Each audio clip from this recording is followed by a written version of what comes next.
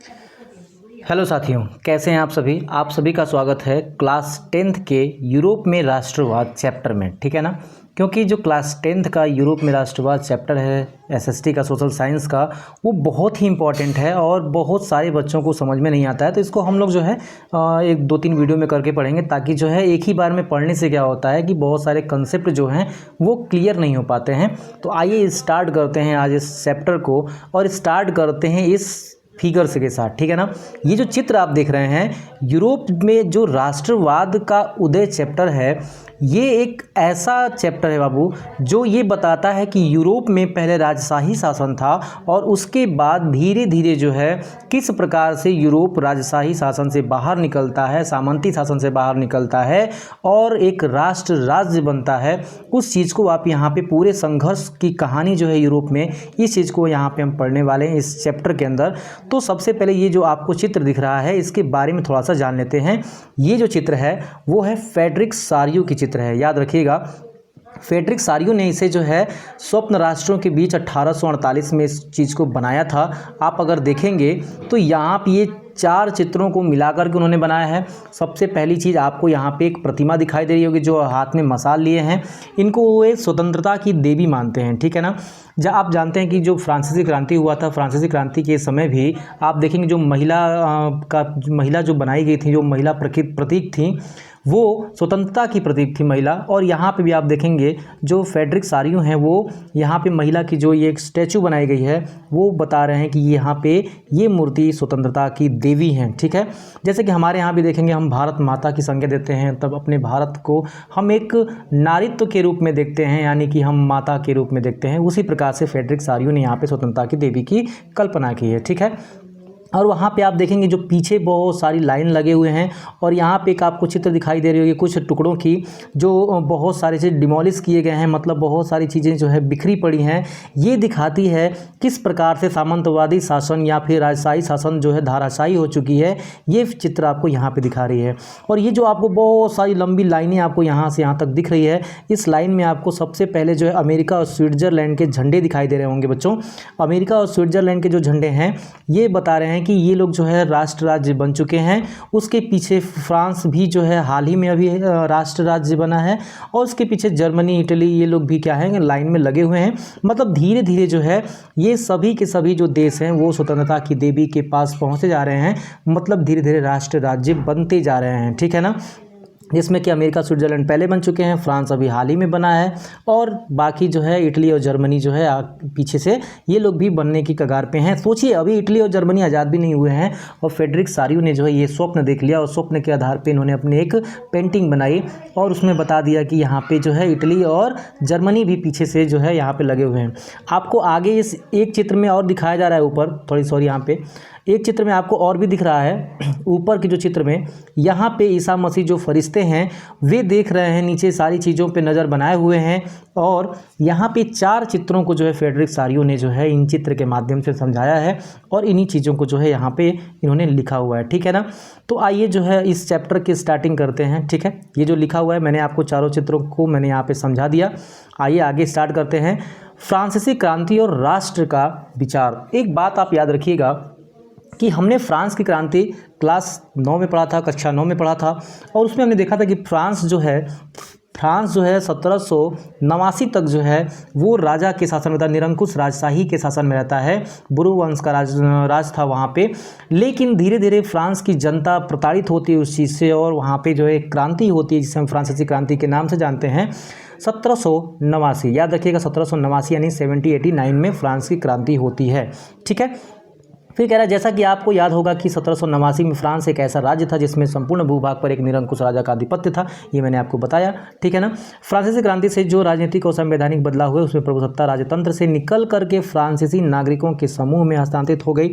मतलब फ्रांस की क्रांति में राजा को हटा करके जाहिर सी बात है कि प्रजातंत्र का शासन वहाँ पर स्थापित किया गया, जो कि फ्रांस की क्रांति के दौरान हुआ। ठीक है, जब फ्रांस में क्रांति होती है तो फ्रांस में क्रांति के कारण जो है आस पास के जो यूरोपीय देश हैं, जैसे फ्रांस में एक बार क्रांति हो गई, मान लेते ये पूरा का पूरा यूरोप है और यूरोप में एक फ्रांस जहाँ पे है, फ्रांस में अगर क्रांति होती है, जाहिर सी बात है पूरा का पूरा यूरोप जो है उस समय राजशाही शासन से गुजर रहा था और उनमें जो फ्रांस था वो राजशाही से निकल करके प्रजातंत्र के शासन में जाता है और प्रजातंत्र के शासन में जाता है तो जाहिर सी बात है कि यूरोप के आसपास के जो देश होंगे, यानी फ्रांस के आसपास के जो देश होंगे, उन पे भी जो है ये प्रभाव पड़ेगा और वे भी चाहेंगे कि क्यों ना हम राजशाही शासन से बाहर निकल करके प्रजातांत्रिक शासन को अपनाएं।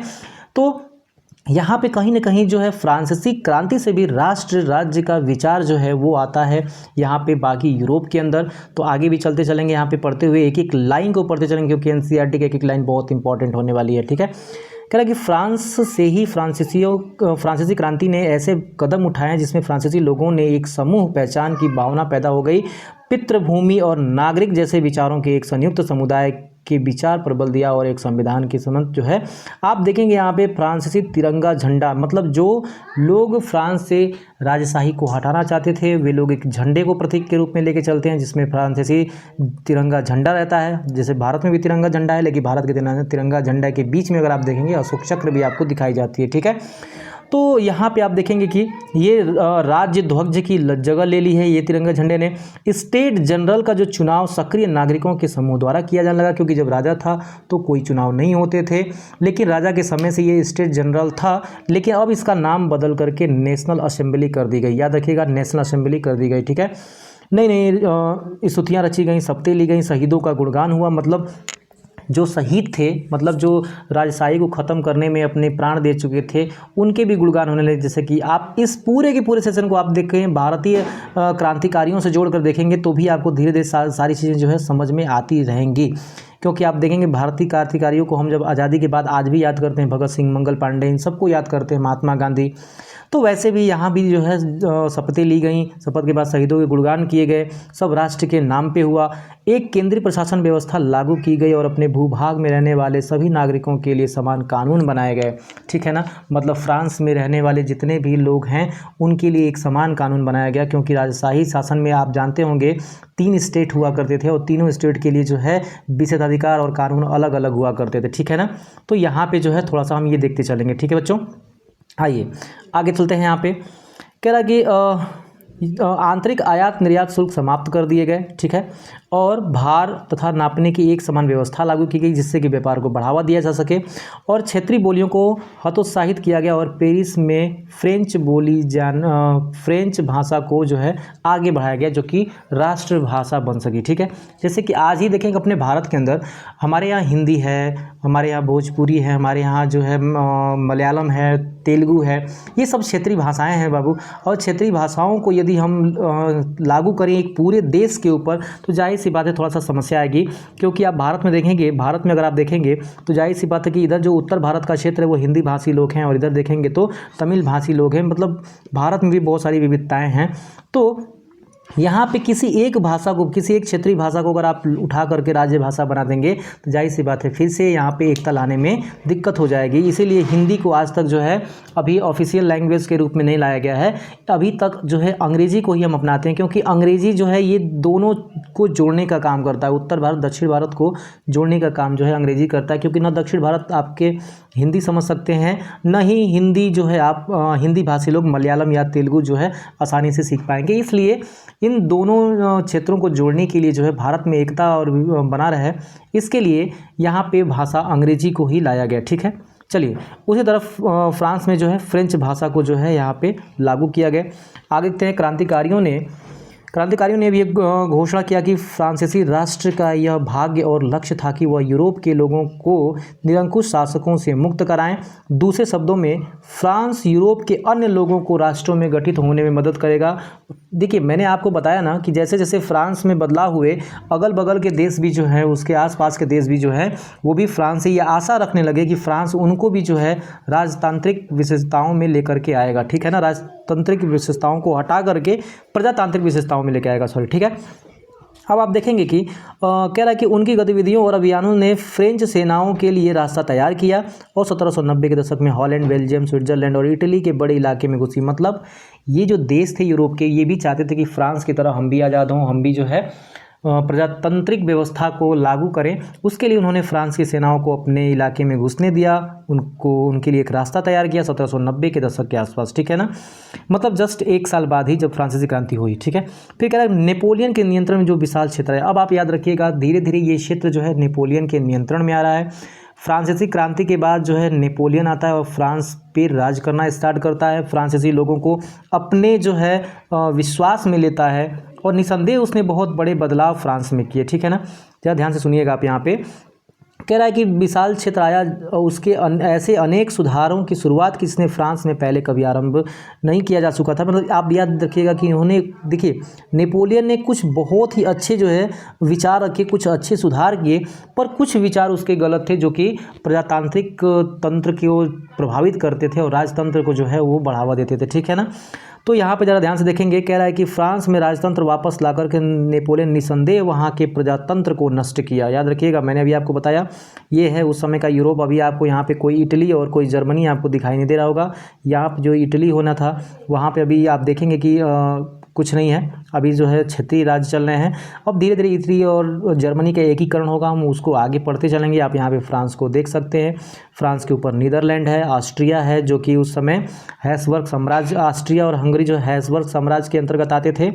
और आप देखेंगे यहाँ पे यमन और ग्रीस की भी बात आगे चलेगी जो कि ऑटोमन साम्राज्य के अंतर्गत आते थे बच्चों, ठीक है ना। तो चलिए आगे देखते हैं। अगर हम देखेंगे आगे जो है तो कह रहा है कि देखिए नेपोलियन में जो भी चीज़ें की थी उसमें आगे हम देखते हैं। कह रहा है कि मगर प्रशासनिक क्षेत्र में उसने क्रांतिकारी सिद्धांतों का समावेश किया ताकि पूरी व्यवस्था तर्क संगत और कुशल बन सके। आप याद रखिएगा ये वाला चीज़, ठीक है ना। आपसे एग्जाम में पूछ सकता है 1804 में नागरिक संहिता, इसे नेपोलियन की संहिता भी कहते हैं, ठीक है ना, इसने लागू किया जिसमें प्रशासनिक क्षेत्र में बहुत बड़ा बदलाव किया, ठीक है। इसने जन्म पर आधारित विशेषताएं समाप्त कर दी, जो भी विशेषाधिकार जन्म के आधार पर मिलते थे उनको हटा दिया। कानून के समझ सबकी बराबरी, संपत्ति के अधिकार को सुरक्षित बनाया। इस संहिता को फ्रांसीसी नियंत्रण के अधीन क्षेत्रों में लागू किया तथा डच गणतंत्र, स्विट्जरलैंड, इटली और जर्मनी में नेपोलियन ने प्रशासनिक विभाजनों को सरल बनाया, सामंती व्यवस्था को खत्म किया और किसानों को भूदासत्व और जागीरदारी शुल्कों से मुक्ति दिलाई। शहरों में भी कारीगरों के श्रेणी संघों में नियंत्रण को हटा दिया गया। यातायात और संचार व्यवस्थाओं को सुधारा गया। किसानों, मजदूरों, कारीगरों और नए उद्योगपतियों और नई नई मिली आज़ादी को चखी। उद्योगपतियों और ख़ासतौर पर सामान बनाने वाले लघु उत्पादक यह समझने लगे कि एक समान कानून, मानक भार, नाप और एक राष्ट्रीय मुद्रा से एक इलाके से दूसरे इलाके में पूंजी आवागमन को सहूलियत मिलती। मतलब आप देखेंगे कि नेपोलियन ने इतने सारे बदलाव किए जो कि क्रांतिकारी बदलाव थे। ऐसा नहीं था कि बहुत ख़राब बदलाव थे, क्योंकि किसानों के, कारीगरों के या फिर जो भी बिजनेसमैन हैं उन सब में बदलाव आया। उसने राष्ट्र के प्रति एक अच्छा विचार रखा, बट उसका कारण ये था, उसका बस एक ही चीज़ आप देखेंगे कि वो आसपास के राज्यों को जीतता गया। आसपास के राज्यों को जीत करके प्रजातंत्र को नष्ट किया। नष्ट करने के तत्पश्चात जो है वे राजतंत्र को बढ़ावा देना चाहता था। ये उसकी सबसे बड़ी भूल थी और वापस जब राजतंत्र आता तो दिक्कतें आ सकती थी, ठीक है ना। याद रखिएगा। लेकिन जीते हुए इलाकों के स्थानीय लोगों ने फ्रांसीसी शासन के प्रति मिलीजुली प्रतिक्रिया थी। शुरुआत में अनेक स्थानों पर जैसे हॉलैंड और स्विट्जरलैंड और साथ ही कई शहरों जैसे ब्रुसेल्स, मेंज, मिलान और वारसा में फ्रांसीसी सेनाओं का स्वतंत्रता का तोहफा देने वाले की तरह स्वागत किया गया। मतलब आप देख रहे हैं यहाँ पे जो है सभी चीज़ें। मगर यह शुरुआती उत्साह शीघ्र ही दुश्मनी में बदल गया जब यह साफ होने लगा कि नई प्रशासनिक व्यवस्था राजनीतिक स्वतंत्रता के अनुरूप नहीं है। बढ़े हुए सेंसरशिप और बाकी यूरोप में जीतने के लिए फ्रेंच सेना ने जबरन भर्ती हो रहे। मतलब सुनिए, जो ये नेपोलियन था वो यूरोप के आसपास के क्षेत्रों को जीतने के लिए फ्रांस की सेना में जो लोग भर्ती नहीं भी होना चाहते थे उनको भी ज़बरदस्ती भर्ती कराता था ये, ठीक है ना। और भर्ती करा करके जो है ये और सारे देशों पर ये विजय प्राप्त करना चाहता था। लेकिन बाद में जो है आप देखेंगे ब्रिटेन है, प्रसा है, ऑस्ट्रिया है, इन सब ने मिल करके इनको हराया। और हराता है तो नेपोलियन किस युद्ध में हारता है, तो आपको याद रखना है 1813 में लाइप्ज़िग की जो लड़ाई है उससे हार करके वापस लौटता है। यहाँ पे इसको एक डाकिये के रूप में दिखाया गया है जहाँ पे इसके कुछ चिट्ठे गिर रहे हैं, मतलब कुछ पत्र गिर रहे हैं। और ये पत्र वे स्टेट हैं, वे राज्य हैं जिसको नेपोलियन ने जीता था, वे जो है पीछे गिरते हुए नज़र आ रहे हैं, ठीक है ना।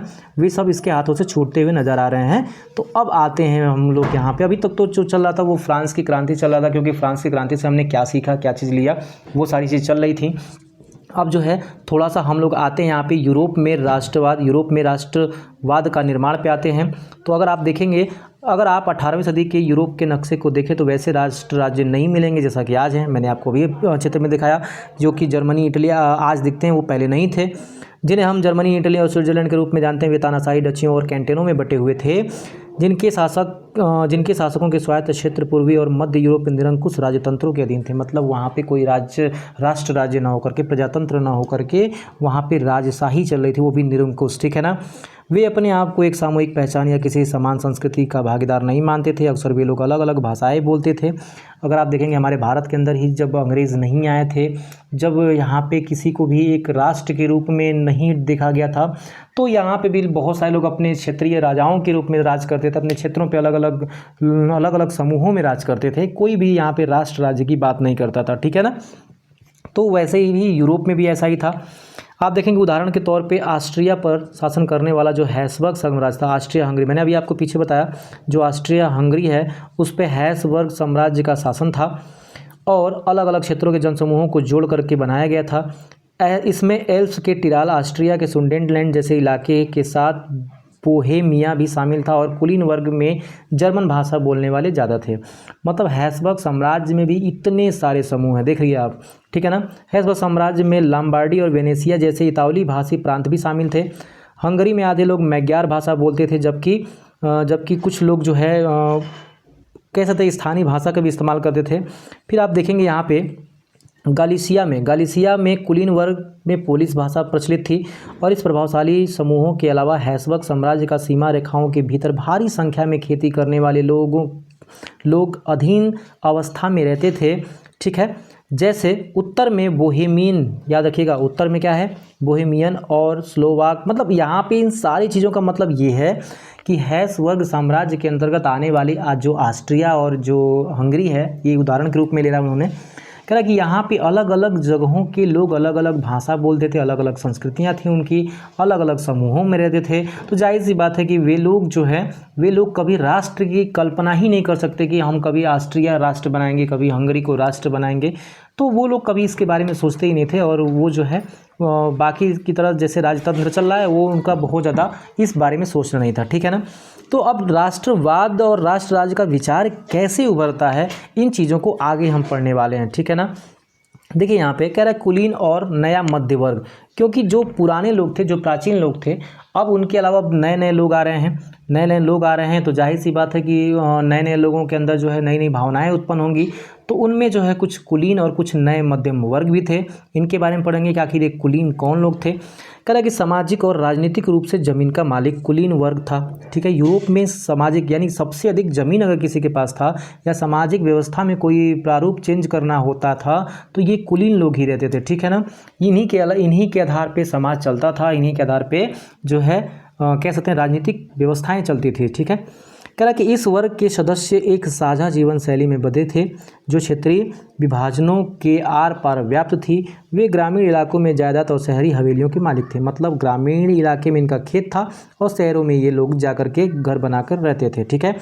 ये लोग जो है राजनीतिक कार्यों के लिए फ्रेंच भाषा का इस्तेमाल करते थे, याद रखिएगा फ्रेंच भाषा का यहाँ पे ये लोग इस्तेमाल करते थे।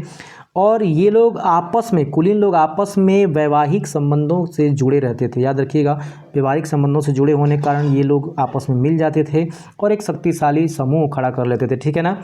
जनसंख्या में अधिकांश लोग कृषक थे और पश्चिम में ज़्यादातर ज़मीनों पर जो है किराएदार और छोटे काश्तकार खेती करते थे।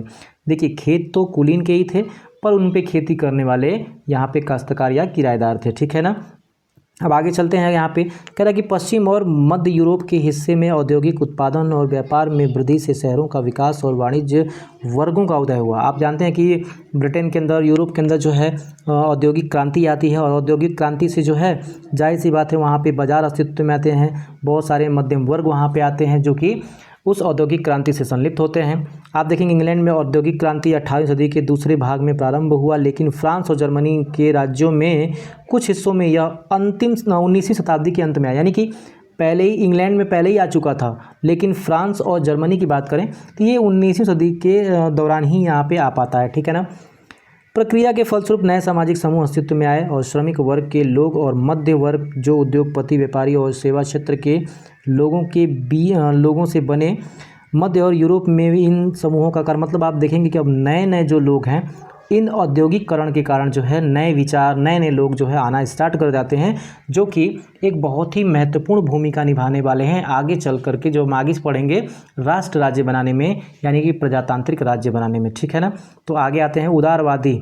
अच्छा, एक बात याद रखिएगा, उदारवादी राष्ट्रवाद के क्या मायने हैं। उदारवादी का मतलब ये होता है ना कि लोग आज़ाद रहना चाहते हैं, लोग मतलब लिबरल रहना चाहते हैं। जैसे मान लीजिए आपके पिता जो हैं, आप अगर 8 बजे रात को घूम के आते हैं, आपके पिता के कोई बात नहीं है, चलो कोई बात नहीं, लड़का आया घूम के आया, कोई बात नहीं, आ जाओ। तो ये तो मान लीजिए उदारवाद हो गया। लेकिन अगर आप 8 बजे रात को घूम के आए और पिताजी ने आपको चप्पल उठा करके 2-4 चप्पल दे दिया, इसका मतलब वो उदारवाद नहीं है, वो जो है कह सकते हैं कि हाँ तानाशाही है। ठीक है ना। तो यहाँ पे उदारवादी राष्ट्र के क्या मायने हैं, जरा आइए हम लोग यहाँ पे एनसीईआरटी के अकॉर्डिंग देखते हैं। क्या यूरोप में 19वीं सदी के शुरुआत की दशकों में एक राष्ट्रीय एकता के संबंध विचार उदारवाद के करीब थे। क्या उदारवाद यानी लिबराइजेशन, ठीक है ना, शब्द लातिनी भाषा के मूल लिबर पर आधारित है, जिसका अर्थ है आज़ाद। याद रखिएगा, उदार का मतलब क्या होता है, आज़ाद। नए मध्य वर्गों के लिए उदार का मतलब था व्यक्ति के लिए आज़ादी और कानून की समझ उसकी बराबरी।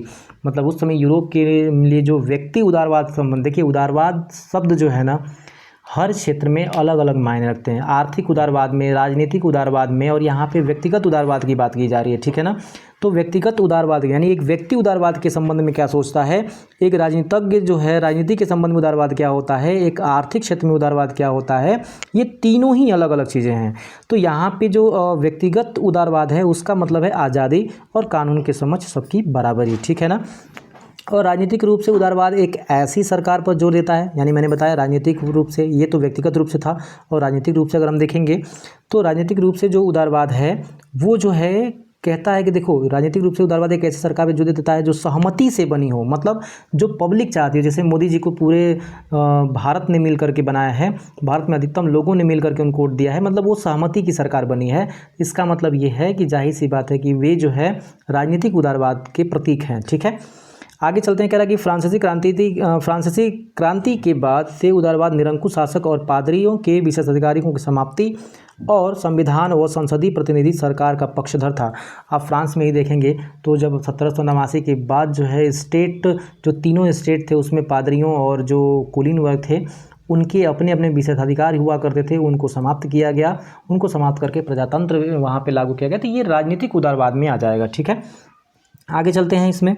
तो आगे देखेंगे तो 19वीं सदी के निजी संपत्ति के स्वामित्व की अनिवार्यता पर बल देते हैं, लेकिन यह जरूरी नहीं है कि कानून के समक्ष बराबरी का विचार सबके लिए मताधिकार के पक्ष में था। यानी कि सब, अगर देखिए कानून की बराबरी सबको मताधिकार नहीं दे सकता था, याद रखिएगा इस चीज़ को।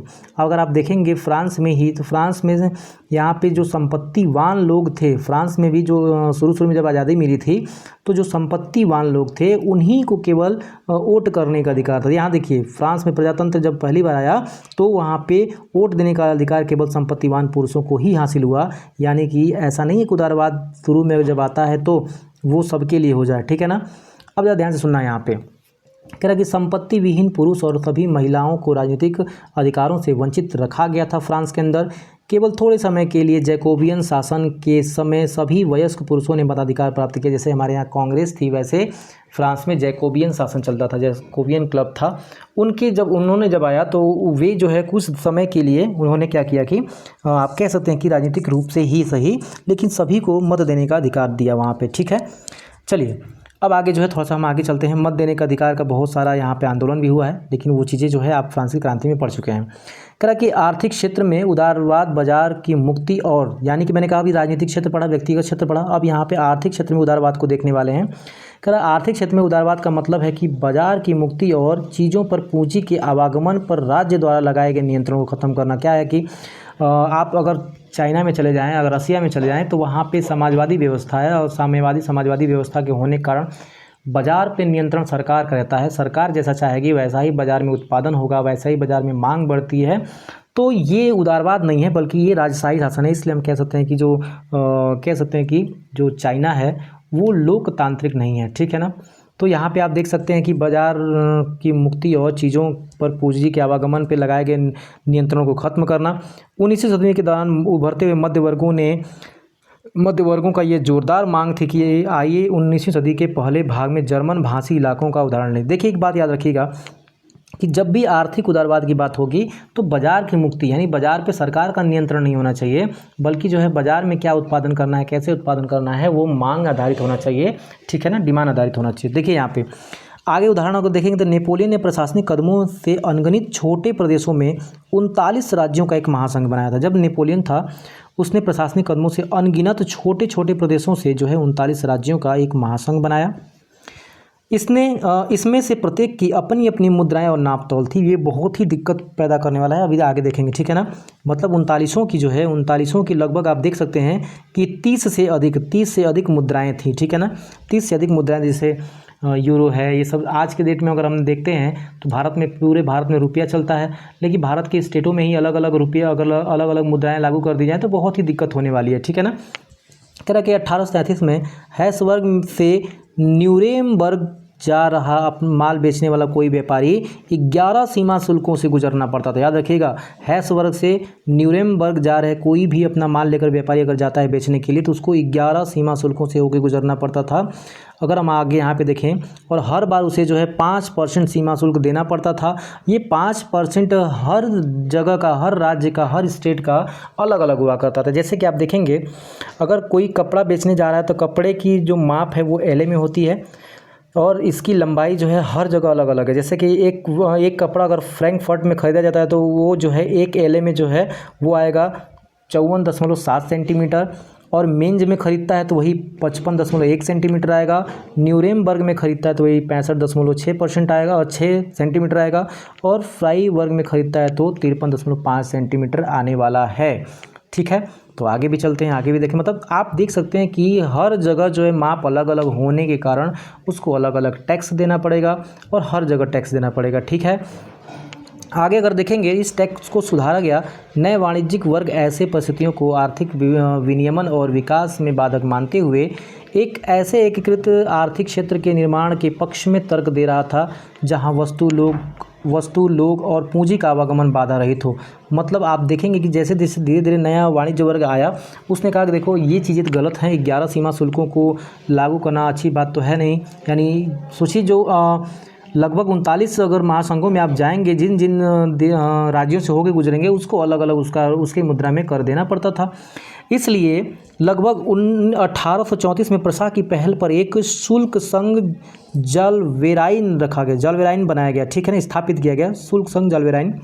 ये क्या किया कि जितने कम से कम 30 से ऊपर जो शुल्क थे उनको घटा करके इसकी संख्या 2 कर दी गई।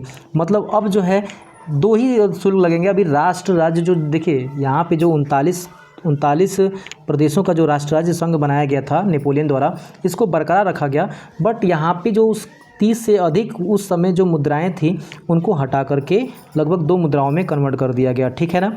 चलिए आगे हम यहाँ पे देखते हैं 1815 के बाद एक नया रूढ़िवादी। अभी तक हमने देखा क्या, कुलीन वर्ग, फिर उदारवादी देखा, अब रूढ़िवादियों के बारे में थोड़ा सा हम यहाँ पे पढ़ने वाले हैं। कह रहा है कि 1815 के बाद एक रूढ़िवादी जो आता है। देखिए 1815 में वियना कन्वेंशन होता है, वियना संधि होती है, ठीक है ना। नेपोलियन जब 1815 में हारता है, हारने के बाद वियना कन्वेंशन होता है, ठीक है ना। कह रहा है कि 1815 में नेपोलियन की हार के बाद यूरोपीय सरकारें रूढ़िवाद भावना से प्रेरित थीं। रूढ़िवाद भावना का मतलब होता है कि जो कि प्राचीन चीज़ों को लागू करना चाहती थी, यानी राजतंत्र को लागू करना चाहती थी, ठीक है ना। तो नेपोलियन का हारने के बाद आप देखेंगे कि रूढ़िवादी मानते थे कि राज्य और समाज स्थापित परंपरा, संस्थाएं, राजतंत्र, चर्च, सामाजिक ऊंच नीच, संपत्ति और परिवार को बनाए रखना चाहिए। फिर भी अधिकतर रूढ़िवादी लोग मानते थे, मतलब देखिए सोच कैसे थी रूढ़िवादियों का, वो मानते थे कि जो ऊंच नीच है, संपत्ति है, परिवार को बनाए रखना ही चाहिए, ठीक है ना।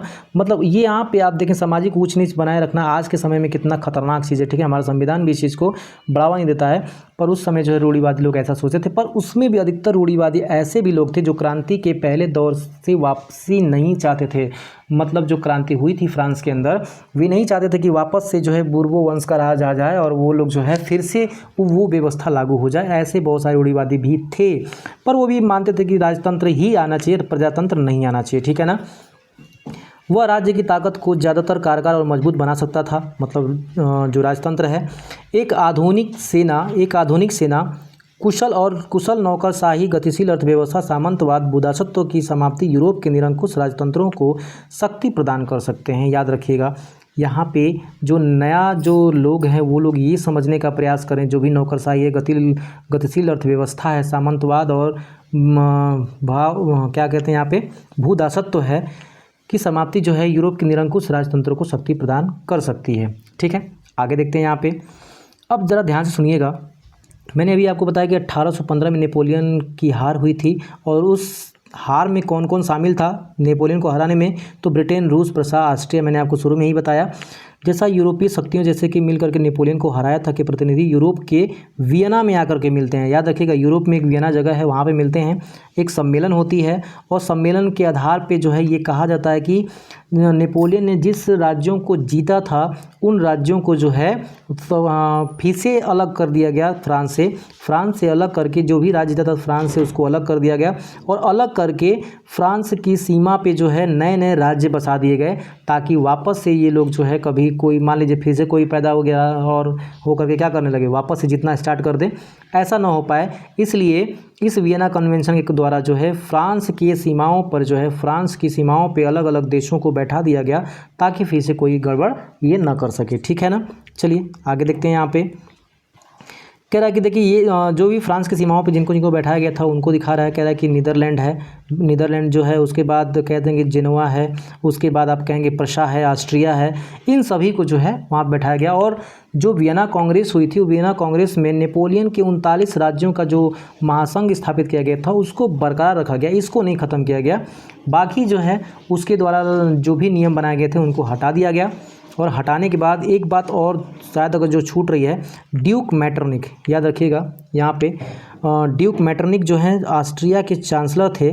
ड्यूक मैटरनिक जो ऑस्ट्रिया के चांसलर थे, वे ही वियना कन्वेंशन का क्या कर रहे थे, वियना कन्वेंशन की अध्यक्षता कर रहे थे। इस बात को याद रखना है, हो सकता है कि आपसे ये पूछ ले, ठीक है ना। तो ड्यूक चांसलर वियना कन्वेंशन की अध्यक्षता कर रहे थे, इस चीज़ को आपको याद रखना है। अब आगे चलते हैं। यहाँ पे कह रहा है कि वापस से इन्होंने क्या किया, 1815 में स्थापित रूढ़िवादी शासन व्यवस्था निरंकुश थी। ये लोग क्या करते हैं ना कि वापस देखिए, जब भी 1815 का जो वियना कन्वेंशन होता है जिसके अध्यक्ष ड्यूक मैटरनिक थे, जर्मनी के चांसलर, ये सब लोगों ने मिलकर के जो है वापस से बुर्बो वंश को सत्ता में ला दिया। वापस से जो है बुर्बो वंश को जो है सत्ता में लाने का काम करते हैं, यानी कि राजतंत्र को लाने का काम करते हैं। क्योंकि आसपास के यूरोप के आसपास के जो देश हैं यूरोप में जो फ्रांस के आसपास के देश हैं, वे भी डर रहे थे कि हमारी प्रजाएं भी जो हैं यूरोप के प्रजातंत्र को देख करके कहीं अपने यहाँ भी राजतंत्र को हटा कर प्रजातंत्र लाने के लिए विरोध कर सकती हैं। इसलिए ज़रूरी है कि यहाँ से प्रजातंत्र को हटाया जाए और यहाँ पे भी राजतंत्र लाया जाए, और इसीलिए फिर से बुर्बो वंश को यहाँ पे स्थापित कर दिया जाता है बच्चों। ठीक है ना, आप ये चित्र देख सकते हैं। ठीक है बच्चों, थोड़ा सा क्रांतिकारियों के बारे में पढ़ लेते हैं, क्योंकि अब इसके बाद उदारवादी, रूढ़िवादी और हम देखें यहाँ पे कुलीन वर्ग के बाद जो है कुछ क्रांतिकारियों के बारे में पढ़ते हैं। 1815 के बाद के वर्षों में दमन के भय से अनेक उदारवादी राष्ट्रवादियों को भूमिगत कर दिया, क्योंकि राजा का शासन आ गया था, इसलिए अब दमन स्टार्ट हो गया था, सभी लोग भाग खड़े हुए। बहुत सारे यूरोपीय राज्यों में क्रांतिकारियों को प्रशिक्षण देने और विचारों पर प्रसार करने के लिए गुप्त संगठन बनाए गए। गुप्त संगठन क्यों बनाए गए? क्योंकि राजा का शासन था और राजा दमन पे उतर आता था, इसलिए गुप्त संगठन बनाए गए क्रांतिकारियों को प्रशिक्षण देने के लिए।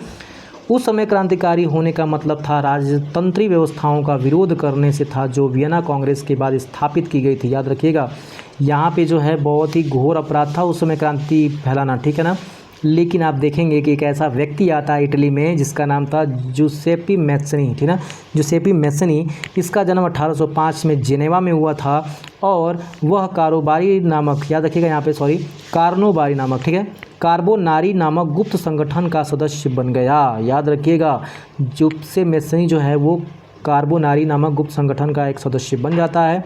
और बनने के बाद, ठीक है ना, 24 साल की युवावस्था में लिगुरिया में क्रांति करने के लिए उसे बहिष्कृत कर दिया जाता है। लिगुरिया नामक एक जगह पे ये क्रांति करता है, इसलिए उसको भगा दिया जाता है, ठीक है ना। तत्पश्चात उसने 2 और भूमिगत संगठनों की स्थापना की। उसके बाद जब इसको भगा दिया जाता है तो ये फिर जो है 2 संगठन की स्थापना करता है, मोर्सेई में यंग इटली और बर्न में यंग यूरोप। याद रखिएगा, इसने 2 संगठन और बनाए, यंग इटली और यंग यूरोप आपसे पूछ सकता है किसके द्वारा बनाया गया था 2 संगठन, तो ये क्रांतिकारी संगठन थे जूसेप्पी मैस्सिनी के द्वारा, ठीक है ना। अब आप देखेंगे यहाँ पे कि इसने पोलैंड, फ्रांस, इटली, जर्मनी राज्यों में समान विचार रखने वाले युवाओं को पकड़ा, यानी कि इन राज्यों में ऐसे लोगों को पकड़ा जो चाहते थे कि जो प्रजातंत्र आए, राजतंत्र को हटाकर प्रजातंत्र आए, ऐसे युवाओं को, ऐसे सोच वाले युवाओं को इसने अपने संगठन में भर्ती करना स्टार्ट कर दिया। मैस्सिनी का विश्वास था कि ईश्वर की मर्जी के अनुसार राष्ट्र ही मनुष्यों की प्राकृतिक इकाई है, अतः इटली छोटे राज्यों और प्रदेशों के बंदों की तरह नहीं रह सकता है, उसे जोड़ करके राष्ट्रों के रूप में यहाँ पे एकीकृत किया जाना चाहिए, ठीक है।